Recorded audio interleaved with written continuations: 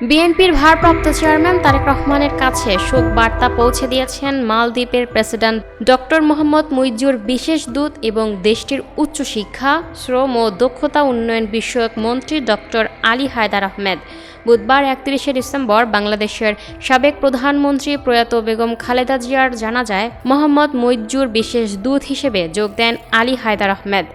Doctor Haider মালদ্বীপের president এবং দেশটির জনগণের পক্ষ থেকে বিএনপির ভারপ্রাপ্ত চেয়ারম্যান এবং বেগম খালেদা জিয়ার বড় ছেলে তারেক রহমানের প্রতি সমবেদনা জানান। এছাড়াও বিএনপি চেয়ারপারসন বেগম খালেদা জিয়ার মৃত্যুতে শোক জানিয়েছেন ঢাকায় অবস্থিত বিভিন্ন দেশের কূটনীতিকরা। শোক জানানোর পাশাপাশি তারা কূটনৈতিক শোক বইয়ে স্বাক্ষরও করেছেন।